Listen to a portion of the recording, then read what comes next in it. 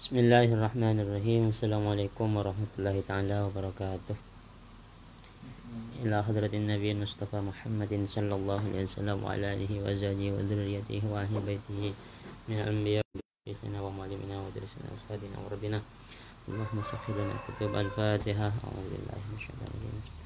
Alhamdulillahi rabbil alamin arrahmanir rahim maliki yaumiddin. Iyyaka na'budu wa iyyaka nasta'in. Ihdinas siratal mustaqim siratal ghairil maghdubi 'alaihim waladdallin. Amin.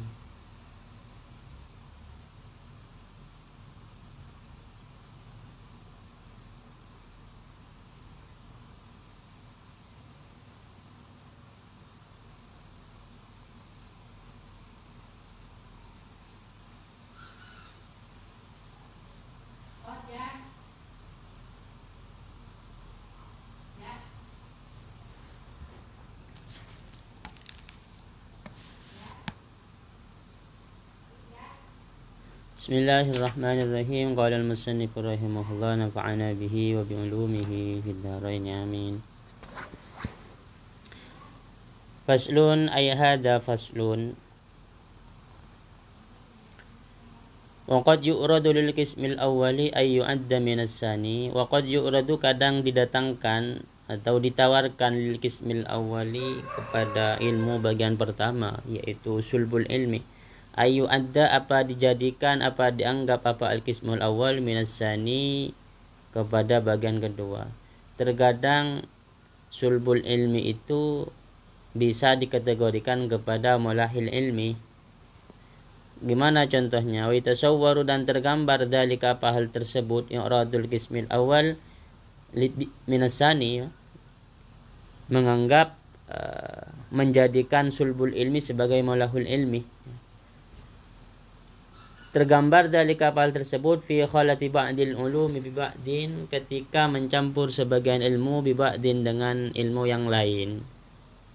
Kal faqihi, seperti seorang ahli fikih, ya bakni yang mendasarkan siapa faqih fikhahu akan fikihnya ala mas'alatin nahwiyatin, kepada suatu masalah nahwu, masalah seumpamanya.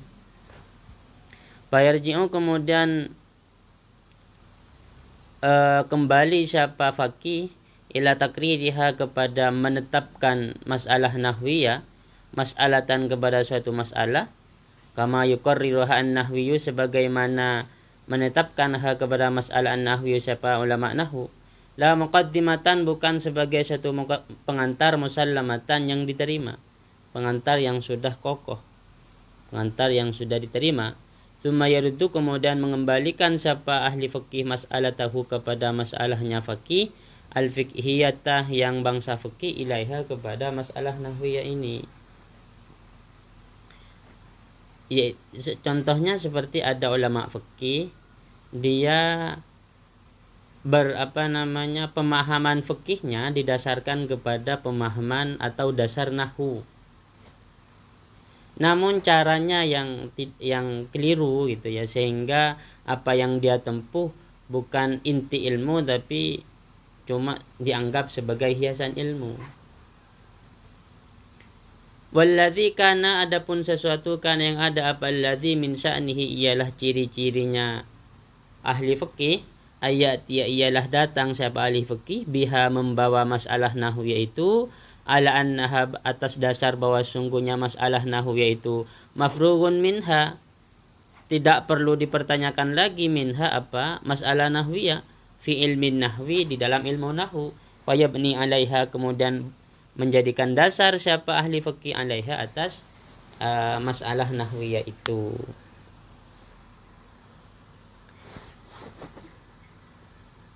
Seharusnya kalau memang mau ilmu nahwu mau dijadikan sebagai pijakan pemahaman fikih, maka ilmu nahwu itu adalah ilmu nahwu yang pembahasannya sudah selesai di tangannya ulama nahwu. Falamma lam yaf'al dzalika, manakala tak melakukan hal tersebut, artinya tidak mengambil masalah nahwu yang sudah selesai pembahasan nahwu oleh ulama nahwu, Wa akhadha, namun akhadha memulai siapa ahli fikih ini yatakallamu fiha, membahas siapa ahli fikih fiha di dalam masalah nahwiyah, wa fi tashihiha, dan di dalam mentashih atau mencari kebenaran masalah nahwiyah itu, wa dabtiha, dan membatasi masalah nahwiyah itu, wal istidlali 'alaiha, dan berdalil 'alaiha menggunakan masalah nahwiyah, kama yaf'alu, sebagaimana melakukan kepada dzalik an-nahwiyyu, siapa ulama nahwu. Seorang maka jadi al-ityanu bidzalika, apa melakukan hal tersebut, yaitu yatakallamu fiha wa fi tashihiha wa dhabtiha, dan seterusnya itu, fatlan ialah sebagai pelengkap, ghairu muhtajin ilahi, yang tidak dibutuhkan ilahi apa fatlun ini. Ini termasuk mulahul ilmi ya. Jadi kalau ada ulama fikih yang mana penyelesaian masalah fikihnya didasarkan kepada masalah nahwiyah, namun masalah nahwiyah yang dia jadikan dasar itu masih dia kaji lagi, dia tashih sebagaimana dilakukan oleh ulama nahwu. Nah, proses dia mengkaji itu mulahul ilmi, tidak ada gunanya. Kenapa? Karena seharusnya dia memijakkan kepada ilmu nahwu atau teori nahwu yang mana teori itu sudah selesai di tangan ulama nahwu. Karena kalau dia ahli fikih kemudian masih sibuk mengurusi ilmu nahwu, ya ada gunanya. Seharusnya dia ngambil teori nahwu yang ambil diadaptasi ke ilmu fikih. Itu baru min sulbil ilmi. Seperti kasusnya Imam Al-Kisai kemarin itu, ketika memberi soal kepada siapa, ma taqulu anir rajuli qala limra'atihi anti talikun an dakhaltid dar, hanya difathahkan. Apa pendapatmu tentang laki-laki yang berkata kepada istrinya anti talikun an dakhaltid dar? Ya, spontan Nabi Yusuf bilang, ya idza dakhalat tuliqat, kalau nanti si istri itu masuk rumah, ya dia tercerai. Loh, keliru kamu, katanya Imam Kisai, keliru kamu. Lalu gimana yang benar? Dia itu sudah tercerai. Dengan suami itu bilang begitu, perempuan langsung tercerai, bukan nanti, tapi dia langsung tercerai. Kenapa? Karena ketika memakai an, itu ditaklukkan kepada perbuatan yang telah terjadi. Jadi kata-kata anti talikun an dakhaltid dar itu kamu tercerai karena kamu masuk rumah tadi. Jadi bukan kamu tercerai ketika nanti masuk rumah, bukan, tapi kamu tercerai karena kamu masuk rumah. Nah, itu adalah masalah fikih yang pemahamannya didasarkan kepada ilmu nahwu. Itu bagus, itu sulbul ilmi.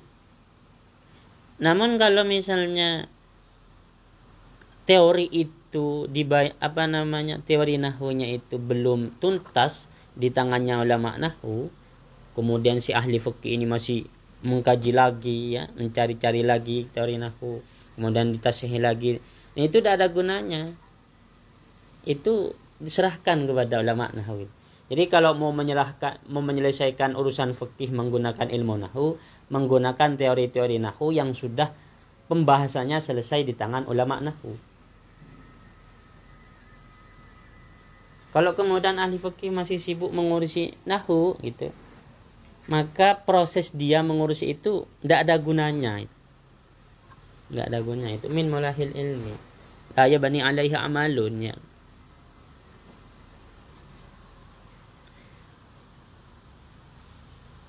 Wakadzalika, begitu juga itaftaqara, apabila membutuhkan siapa ahli fikih ila mas'alatin adadiyatin, kepada masalah matematika misalnya.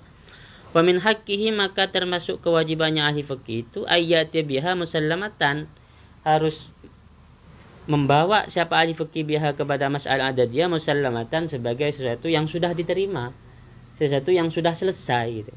Yufarri'a, agar bisa mencabangkan siapa ahli fikih alaiha kepada masalah adadiyah fi ilmihi, di dalam ilmunya, yaitu ilmu fikih. Tapi fa in akhada, apabila memulai siapa ulama fikih yubsitul qawla fiha, kepada memperdalam pembahasan fiha di dalam masalah adadiyah, kama yaf'aluhu al-adadiyyu, sebagaimana melakukan kepada al-adadiyyu siapa ahli matematika, fi ilmil adadi dalam ilmu adat, karena maka ada apa al-bastu itu fatlan adalah pelengkap, ma'dudan minal mulahi yang dianggap sebagai hiasan ilmu, in udda jika dianggap apa ma minha minal mulahi. Seperti misalnya, jadi kata Syatibi, seandainya ada ulama fikih ya, dia butuh kepada ilmu matematika untuk menyelesaikan masalah fikihnya gitu. Namun mas teori yang dia yang dia inginkan, seharusnya kalau butuh teori matematika ya langsung ambil teori yang ada yang sudah selesai di tangan ahli matematika. Tapi kalau dia masih meneliti lagi, mengkaji lagi, nah itu sia-sia ngapain gitu. Yang namanya fikih sudah ambil teori yang sudah jadi, kemudian aplikasikan gitu ke ke masalah fikihiyahnya. Sama semisal saya misalnya misalnya ahli usul fikih misalnya. Kemudian ketika saya mengkaji Al-Qur'an misalnya, saya butuh perangkat yang berupa ilmu biologi. Lalu saya masih mengkaji biologi dengan itu kan tidak ada gunanya. Ambil saja teori biologi yang sudah dipaten dari ahlinya gitu. Gak usah saya masih mengkaji biologi lagi, gak usah. Itu sia-sia, ngapain? Itu min mulahil ilmi. Karena tidak ada gunanya gitu ya. Ambil saja.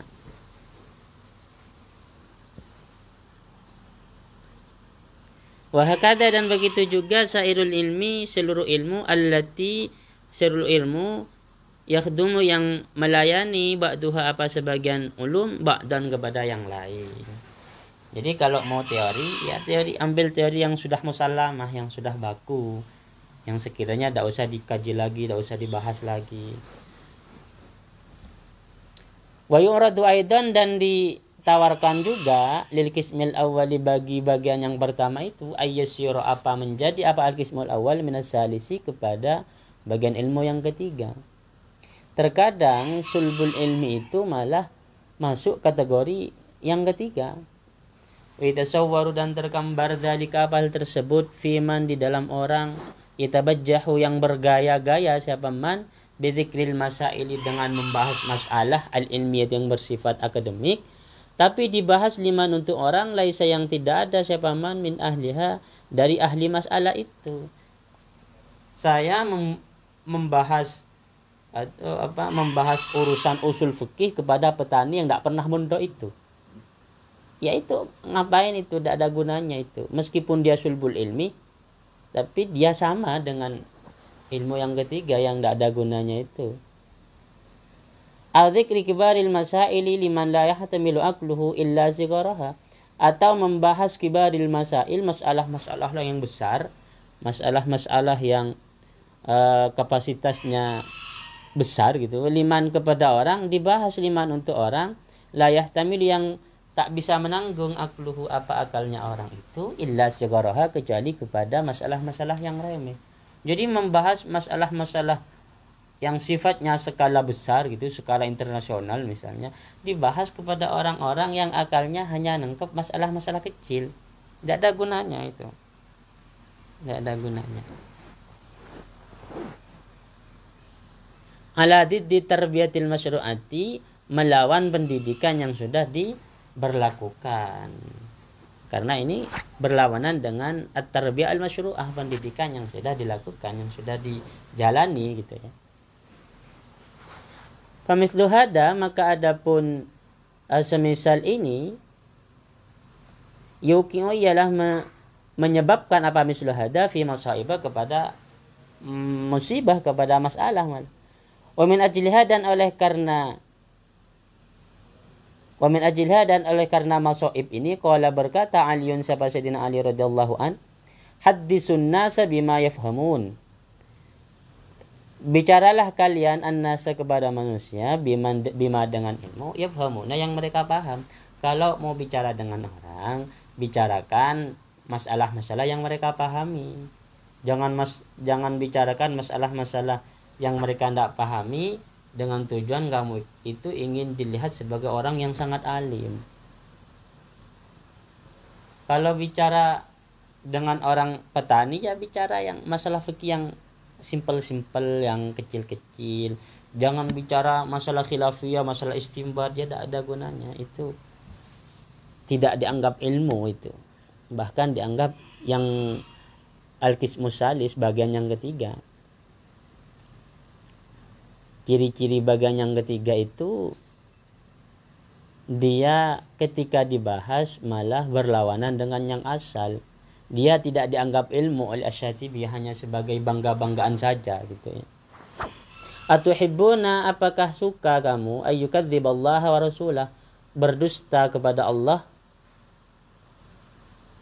Atuhibbuna, apakah suka siapa kamu ayyukadzaba, untuk didustai Allah, siapa Allah, wa rasuluhu, dan utusan Allah.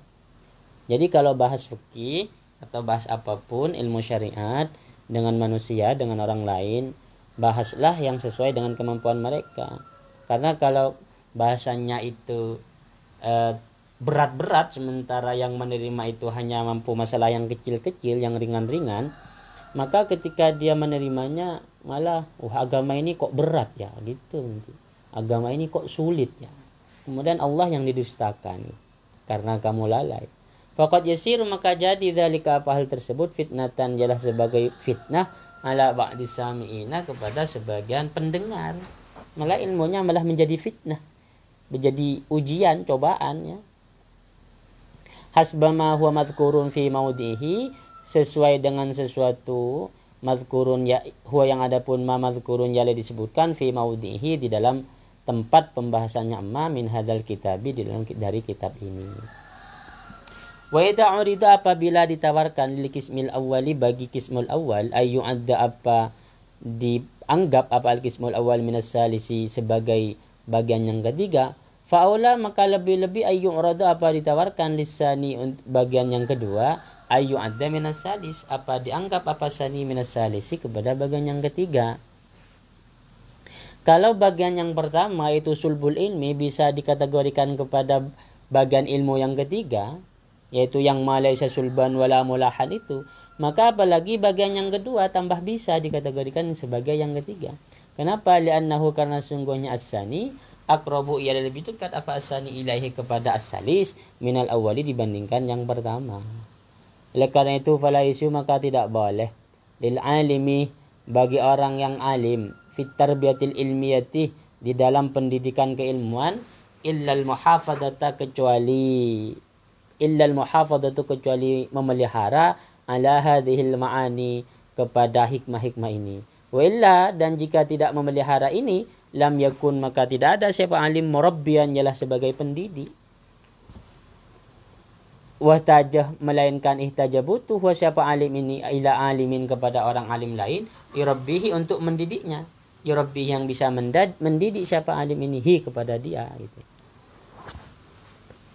Jadi hindari sikap-sikap yang malah menjadikan sulbul ilmi itu sebagai mulahil ilmi, atau sulbul ilmi malah dijadikan sebagai malaysa sulban wala mulahan.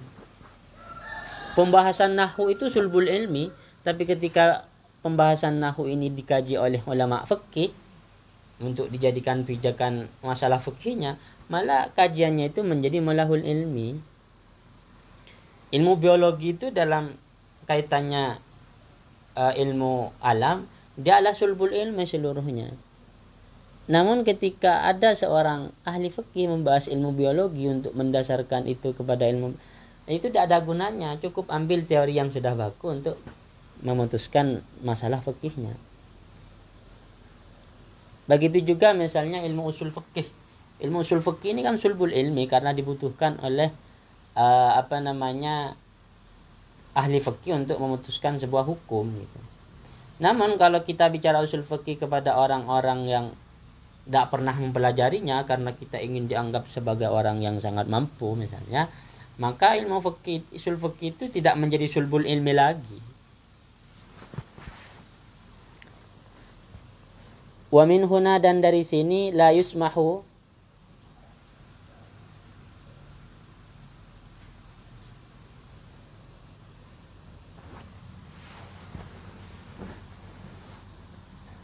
Wa min huna, dan dari sini la yusmahu, tidak ditolerir linnadhir, bagi seorang yang mengkaji fi hadzal kitab, dalam kitab ini, ayanzura, apa mengkaji siapa nadhir, fihi, di dalam hadzal kitab, nadhra mufidin au mustafidin, sebagaimana kajiannya orang yang memberikan faedah, au mustafidin, atau ingin mencari faedah. Hatta yakuna, sehingga menjadi siapa nadhir rayyana min ilmi syariati, ialah orang yang merasa enak min ilmi syariati, di dalam ilmu syariat, usuliha wa furu'iha, baik usul syariat atau furu' syariat, mangkuliha wa ma'kuliha, baik syariat yang berdasarkan riwayat, wa ma'kuliha, dan syariat yang berdasarkan akal. Ghairu mukhlidin ila taqlidi wa ta'assubi, hale tidak abadi gitu, ila taqlidi, untuk taklid, wa ta'assubi lil madhabi, dan apa namanya ini, ta'assub, fanatik kepada suatu madhab.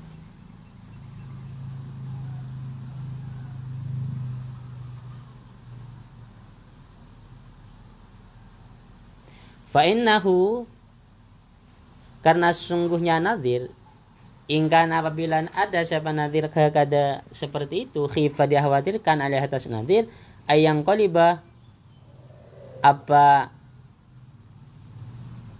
berbalik, alih atas nadhir, ma, apa sesuatu, udia, yang diletakkan, atau auda, yang menyebabkan, apa ma fihi, kepada nadhir, fitnatan, menjadi fitnah, bil aradi, di luarnya, wa ingkana, meskipun ada apa ma itu hikmatan, yalah hikmah, bidzati, pada dasarnya.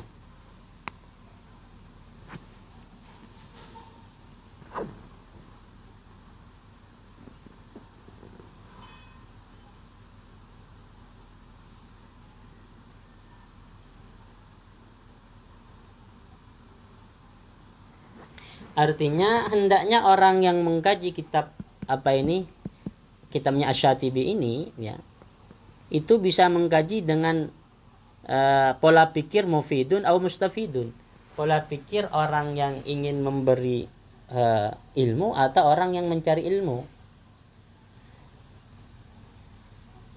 sehingga orang ini merasa nyaman dengan ilmu syariat, sehingga merasa nyaman dengan, agar tidak terus-menerus menjadi muqallid, atau tidak terus-menerus menjadi orang yang ta'assub fil madhab.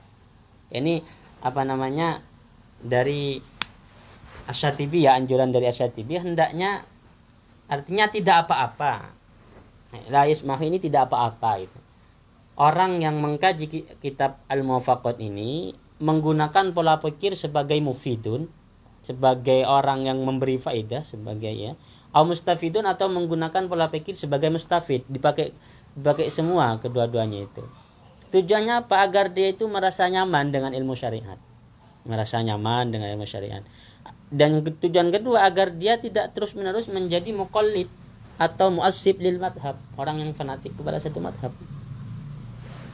Karena kalau orang terus-menerus menjadi muqallid atau terus-terus menjadi apa namanya, orang yang ta'assub fil madhab, dia khawatirkan, ya, sesuatu yang sebenarnya itu hikmah malah menjadi fitnah, gitu. Dia khawatirkan sesuatu yang sebenarnya hikmah itu malah menjadi fitnah.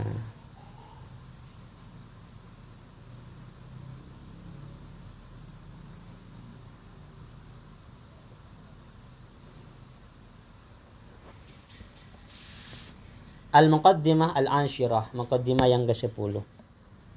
Idza ta'adada, apabila saling mendukung, an-naqlu, apa nakal, riwayatnya, wal aqlu, dan akal, rasio, alal masail syariati, menyelesaikan beberapa masalah syariat misalnya, maka fa'ala syarti ayyataqaddama an-naqlu, maka dengan syarat harus ayyutaqaddama, harus didahulukan an-naqlu, apa nakal, apa riwayat itu. Fayakunu, sehingga ada apa nakal ini, matbu'an, ialah sesuatu yang diikuti. Wa yuta'akhkhara, dan diakhirkan, al-aqlu, apa akal, fayakunu, maka ada apa akal itu, tabi'an, ialah sesuatu yang ikut. Ketika ingin menggunakan rasio dan ilmu riwayah di dalam menyelesaikan masalah-masalah syariat, artinya ingin menggabungkan akli wan nakli, maka yang harus didahulukan adalah naklinya, bukan aklinya. Jadi nakli sebagai matbu, akli sebagai tabi. Artinya yang menjadi pemutus utama adalah nakalnya. Kalau bertentangan antara akal dan nakal, maka nakal harus dimenangkan.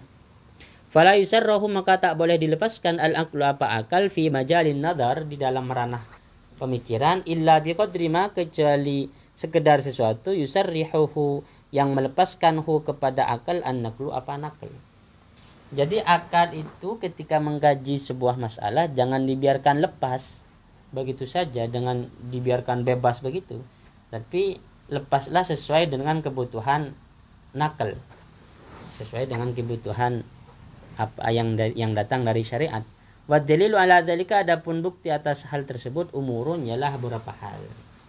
Bukti bahwa akal itu tabi dan nakal itu matbu.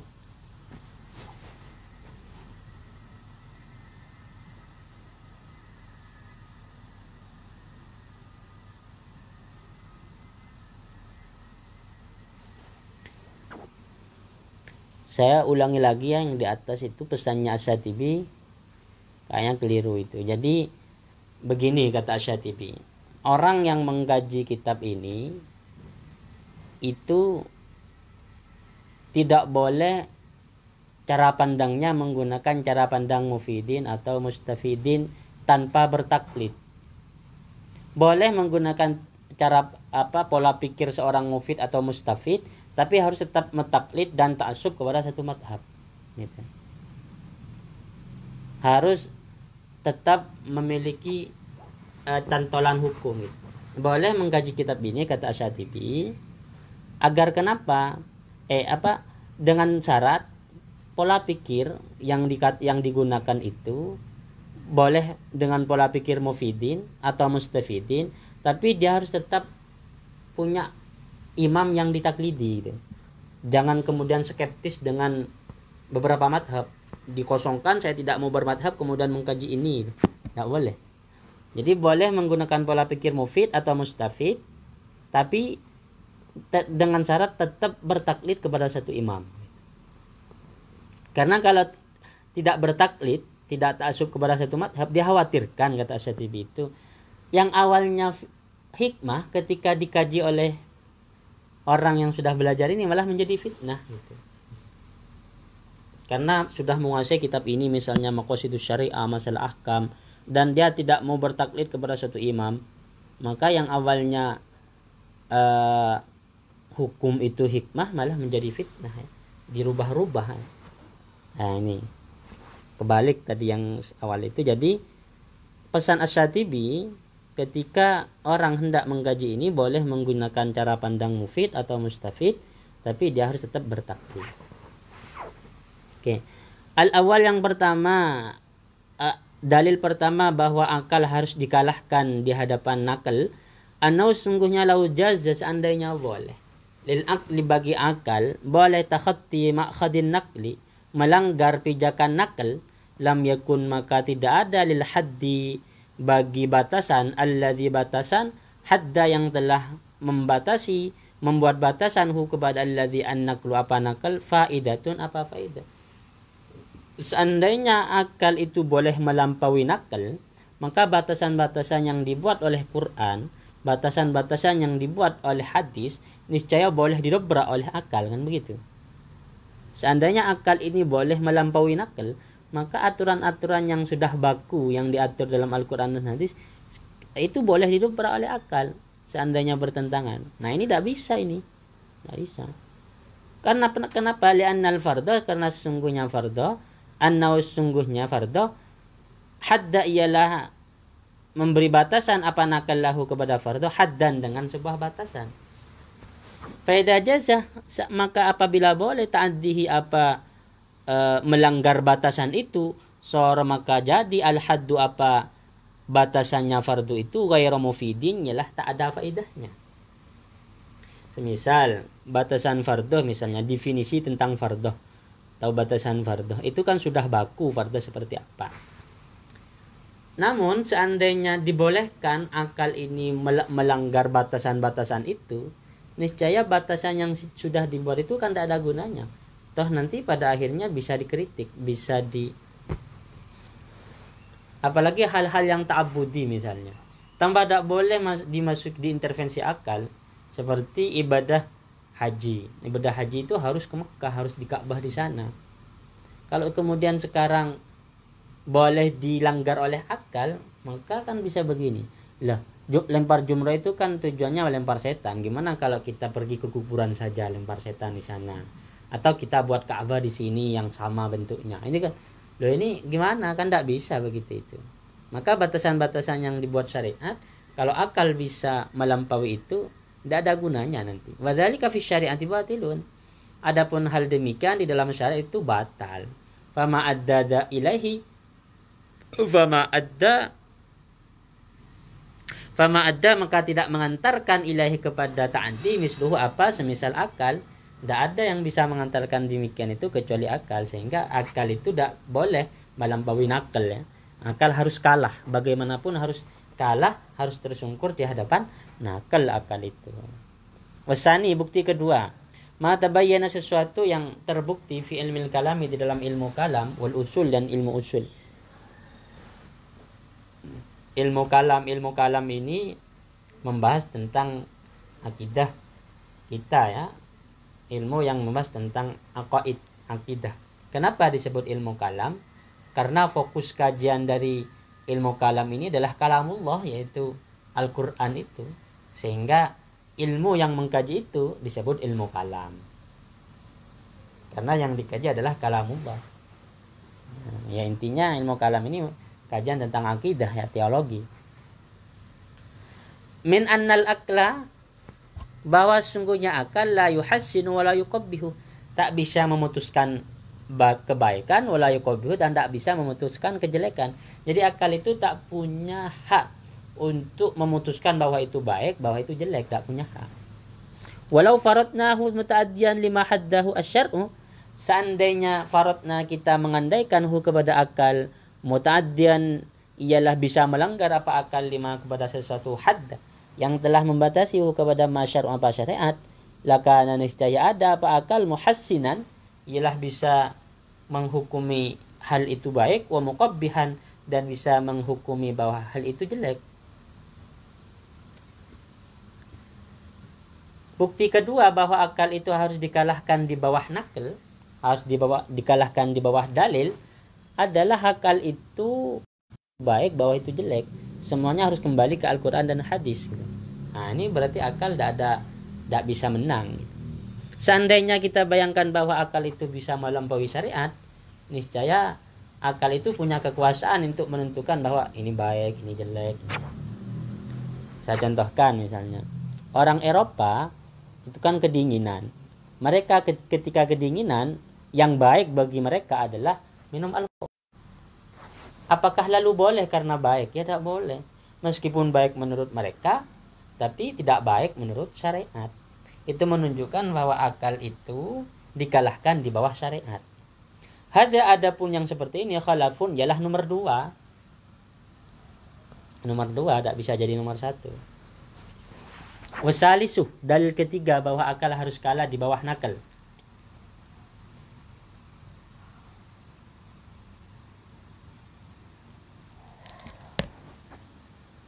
Annahu sungguhnya laukana, andai kata ada apa akal, kadzalika ialah demikian, artinya akal itu bisa melampaui nakal. Seandainya memang begitu, la jaza niscaya boleh ibtalus syariati, apa menganulir aturan syariat bil akli, menggunakan akal. Wa hadza, adapun ini muhalun, adalah sesuatu yang muhal, batilun dan batil. Kalau akal bisa melampaui nakal, niscaya akal bisa menganulir hukum syariat. Nah, hal seperti ini tidak mungkin kan? Tidak mungkin. Wa bayyana dzalika, adapun penjelasan hal tersebut, anna makna syariati, sesungguhnya makna dari syariat, anna sungguhnya syariat itu tahuddu, ialah membatasi apa syariat lil mukallafina, kepada orang-orang mukallaf, hududan fi af'alihim, akan beberapa batasan di dalam tindakan mereka, wa aqwalihim, dan beberapa ucapan mereka. wa i'tiqadatihim dan keyakinan-keyakinan mereka. Wa huwa adapun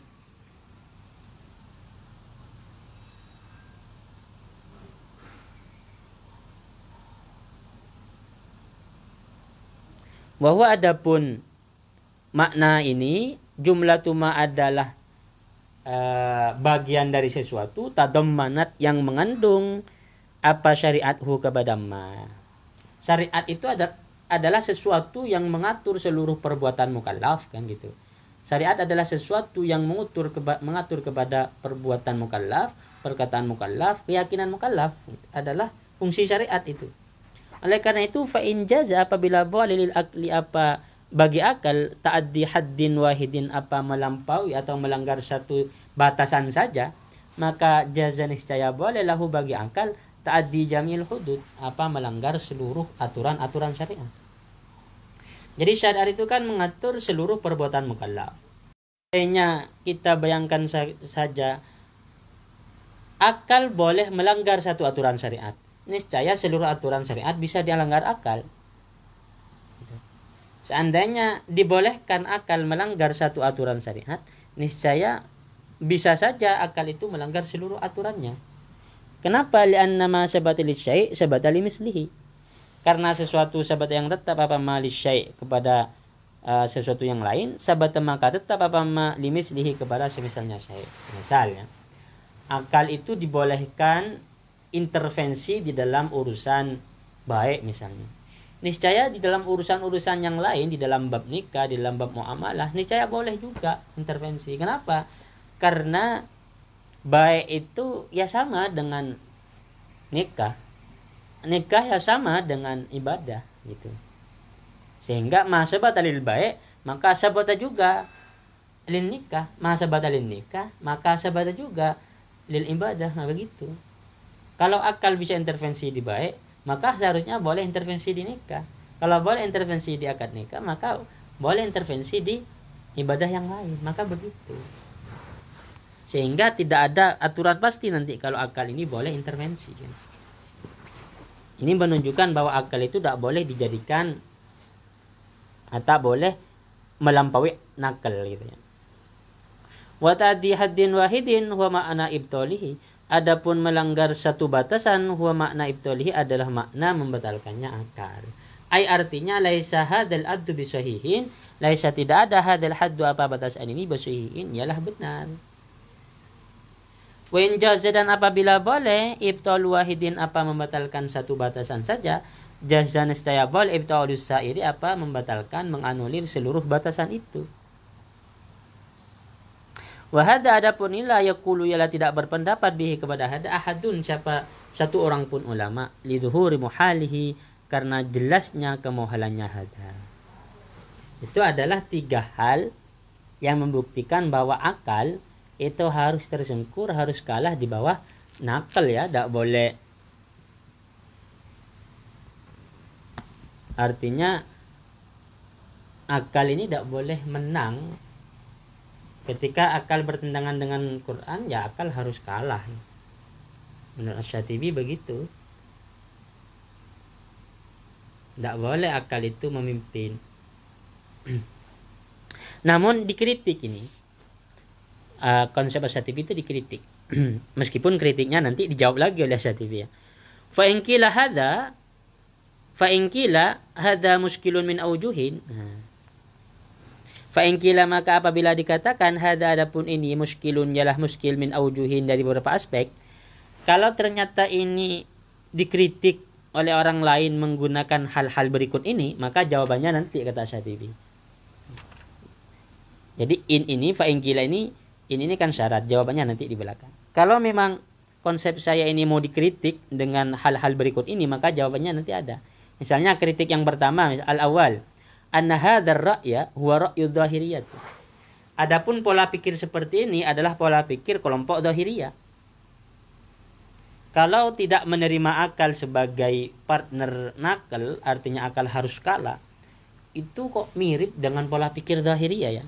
Liannahum karena sesungguhnya zahiriyah itu waqifuna ialah berhenti siapa mereka ma'adzawahirin nususi bersama zahirnya nas.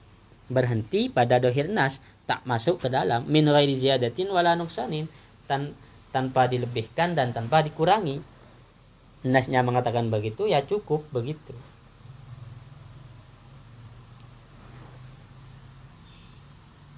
Misalnya hurrimat alaikumul maitatu waddamu walahmul khinzir wama uhilla bihi li ghairillah wal mankhaniqatu wal mawqudatu wal mutaraddiyatu wan natihatu ila akhiril ayat.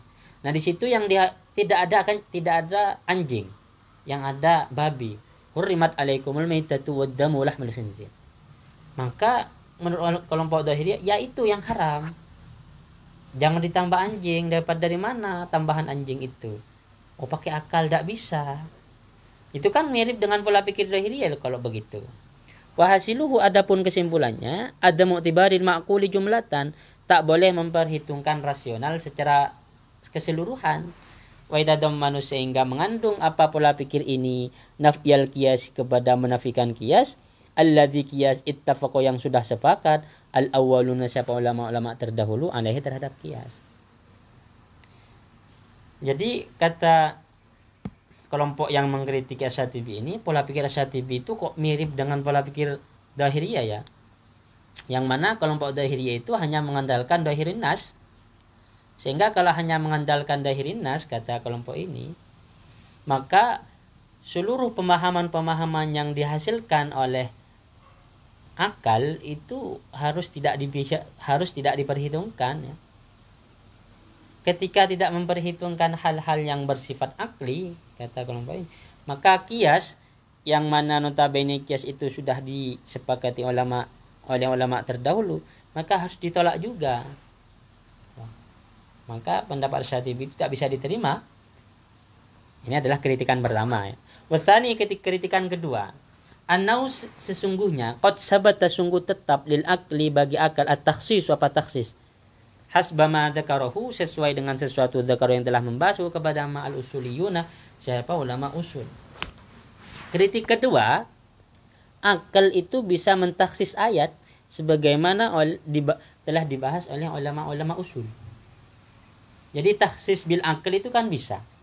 Itu menunjukkan bahwa akal itu kan bisa melangkahi syariat. Jadi akal bisa mentaksis nas, akal bisa mentaksis Al-Quran, akal bisa mentaksis hadis.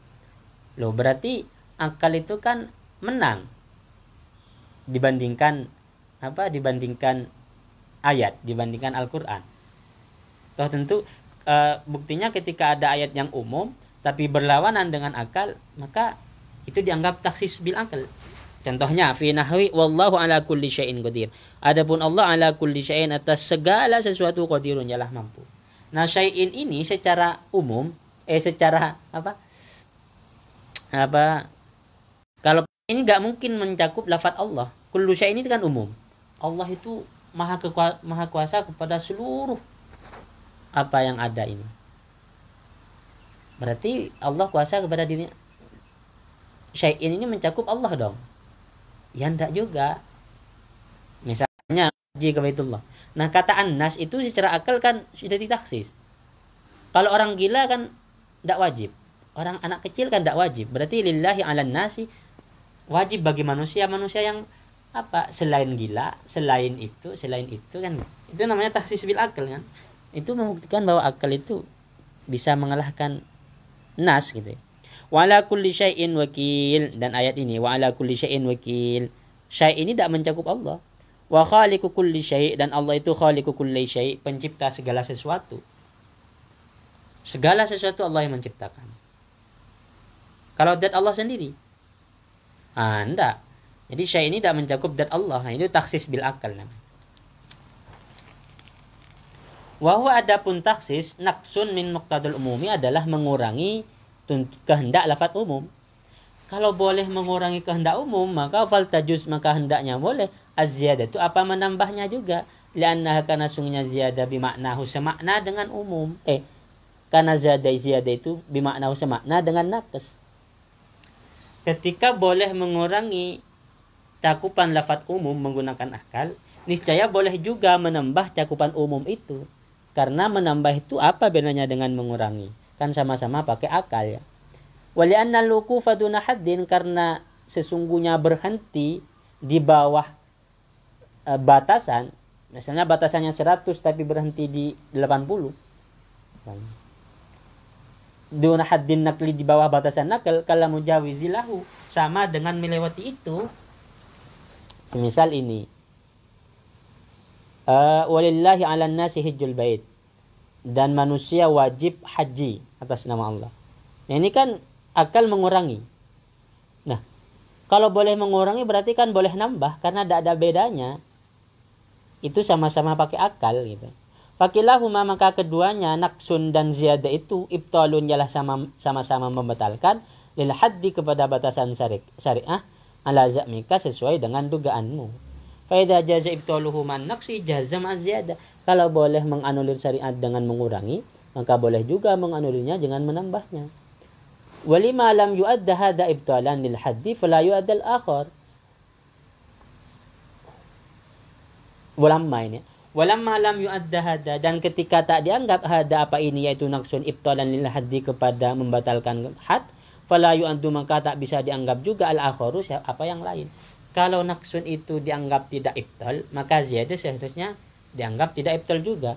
Kalau naksun dianggap ibtal, maka ziyadah juga dianggap ibtal seharusnya, gitu ya.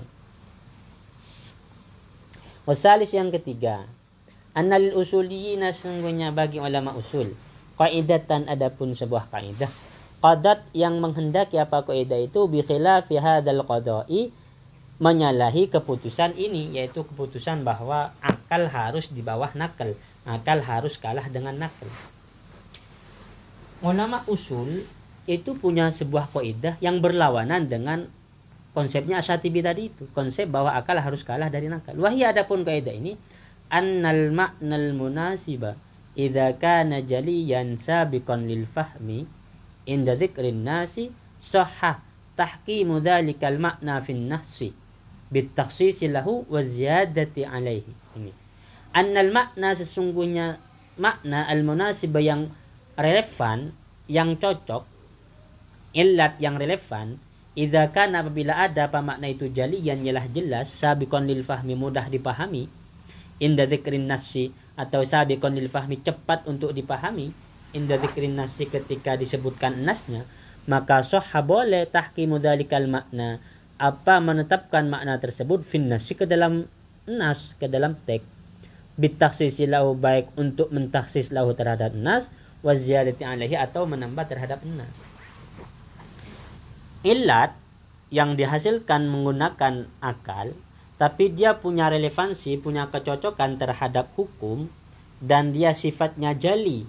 Selain jali, dia cepat dipahami, maka makna yang didapatkan melalui akal itu boleh dijadikan hakim terhadap nas. Boleh tahkimun nas, boleh menghukumi nas itu, baik untuk mentaksis atau menambah.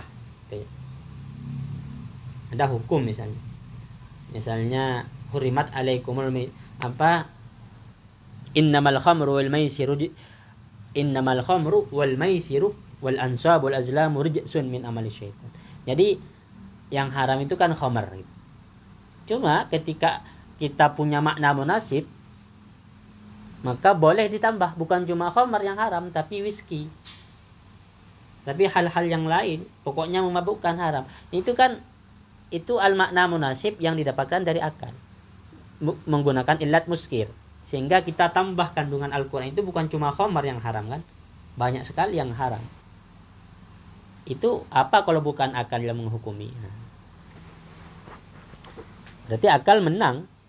Kalau syariatnya hanya mengatakan khamar, tapi menurut akal bukan cuma khamar, yang menang mana? Akal kan? Nah, ini cara mengkritiknya. Wa masalu, dan mencontohkan siapa mereka dzalika, kepada hal ini, biqauli alaihi salam, dengan sabda Nabi alaihi salam, la yaqdil qadi wa huwa qadban, tak boleh memutuskan siapa seorang qadi, wa huwa, sementara qadi itu qadban, ialah sedang marah. Seseorang yang sedang marah tak boleh memutuskan hukum, kata Nabi. Tak boleh seorang hakim memutuskan hukum pada saat dia marah, karena pasti tendensi. Famana'u, maka mencegah siapa mereka, li'ajli makna taswisi, Karena alasan taswis al-qada'a ma'ajami il-musyawwishati, kepada memutuskan hukum disertai seluruh hal-hal yang dapat mengganggu pikiran. Wa ajazu, dan membolehkan siapa mereka ma'ama bersama sesuatu la yusawwisu, yang tak dapat mengganggu apa ma minal ghadabi, dari marah. Jadi begini, hadis ini mengatakan seorang qadhi tak boleh memutuskan hukum pada saat dia marah. Kemudian dikaji apa alasannya. Oh, karena marah itu taswis lil akal, bisa mengganggu akal. Oh, berarti setiap sesuatu yang bisa mengganggu akal, maka hal itu, setiap sesuatu yang dapat mengganggu akal, maka ketika ini muncul, seorang qadhi tidak boleh menghukumi. Misalnya, pada saat mau menghukumi dia pengen berak, tidak bisa ditahan. Maka ketika menghukumi kan pasti tidak sesuai, itu tidak normal, karena akalnya terganggu. Atau ketika mau menghukumi dia disogok, ketika menghukumi dia dirayu oleh seorang wanita, kan akalnya terganggu. Maka ditambah, bukan cuma pada saat marah dia tidak boleh, tapi pada saat sangat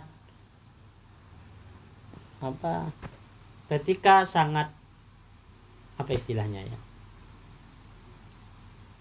sangat ingin qadil hajah gitu, tak bisa tertahankan, misalnya beser gitu, mencret lah ya, mencret. Jadi qadhi yang dalam keadaan mencret tidak boleh memutuskan hukum. Kenapa? Karena mencret itu mengganggu akalnya. Kalau orang mencret kan akalnya tidak fokus gitu, pengen berak terus kan. Nah, itu berarti masuk. Jadi qadhi yang sedang mencret tidak boleh memutuskan hukum. Kenapa? Karena diambil dari qadban tadi. Ilatnya apa? Qadban itu tidak boleh karena mengganggu akal. Berarti seluruh yang mengganggu akal tidak boleh. Nah, berarti bukan cuma qadban semuanya, bukan cuma pada saat marah. Nah, itu kan kandungan hadisnya ditambah. Dan mereka membolehkan memutuskan hukum pada saat marah selama marahnya itu tidak mengganggu akalnya. Ini kan melawan hadis. Boleh, kata hadis, boleh memutuskan hukum, tidak boleh memutuskan hukum pada saat marah. Tapi menurut orang ini boleh memutuskan hukum pada saat marah, tapi yang tak sampai mengganggu akal. Karena ilatnya itu bukan marahnya, tapi adalah mengganggu akalnya. Kalau marah itu tak mengganggu akal, maka boleh memutuskan hukum. Fa'anta, maka adapun kamu taro melihat siapa kamu hum kepada mereka, tasarrufu ialah bertindak siapa mereka bimuqtadal aqli, kepada kehendak akal, fin naqli, di dalam nakal, min ghairi tawqufin, tanpa menunggu. Wadhalika, adapun hal tersebut, ikhilafu ma adalah berbeda dengan sesuatu as-sulta, yang telah mendasarkan siapa kamu. Wal jumlati dan secara jumlah, fa ingkaru tasarrufatil uquli, maka adapun mengingkari beberapa tindakan akal, beberapa peran akal, bi amsali hada, padahal ada contoh-contoh seperti ini, maka ingkarun adalah mengingkari lil maklumi, kepada apa tiga kritikan yang disampaikan oleh pengkritik ini kepada konsepnya Syatibi ya. Maka fal jawabu wallahu alam bisawab. Al-Fatihah.